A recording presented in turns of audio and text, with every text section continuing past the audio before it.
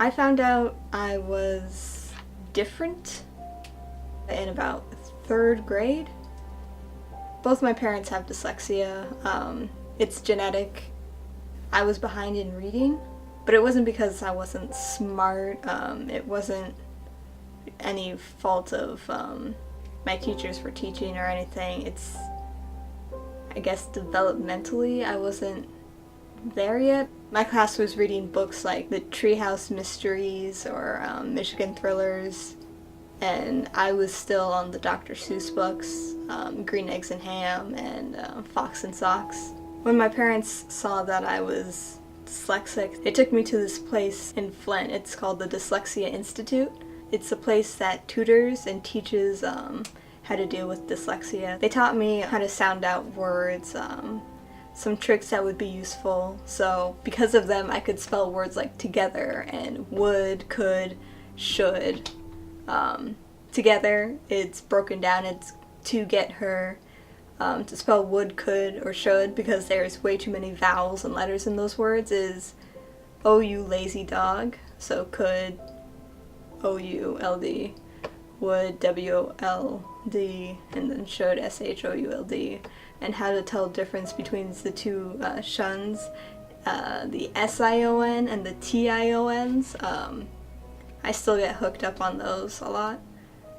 So it's kind of funny, like people assume that I'm this super smart, brilliant person and that I know everything, but that illusion usually gets shattered pretty quickly if they ask me how to spell or memorize words and numbers. And it doesn't help, like some words are spelt the same but said differently, like lead and lead.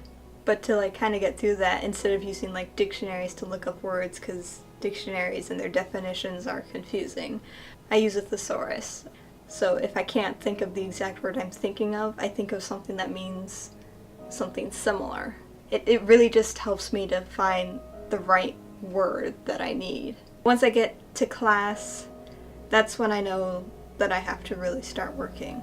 When I go to class, I kind of envy those people who can just sit back and just absorb everything the teacher says, because they seem to have it pretty easy, and as soon as it comes to them having to write a paper or anything, they can recall facts and not have to worry about missing something that was told to them in class.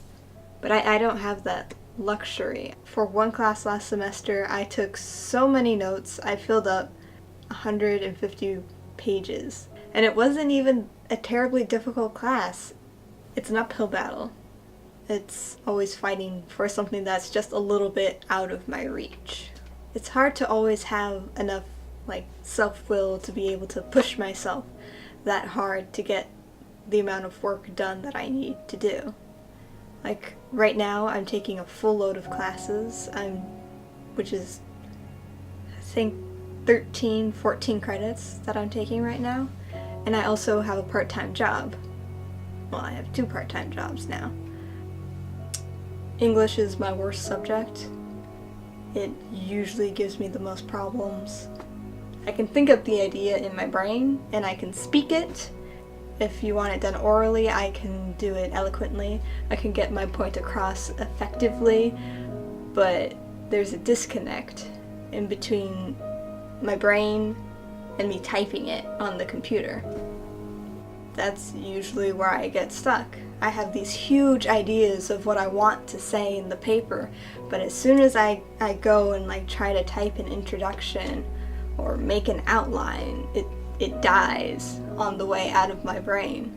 To counteract that, I've tried speaking the essay that I want to write, say it out loud, record it, and then type that up. I've also tried writing it longhand in my own handwriting in my notebook first and then typing that, and that usually seems to work, but a lot of it is me trying to psych myself out, trying to tell myself that I am good enough, that everybody learns at different speeds, and just because I'm different doesn't mean I'm stupid.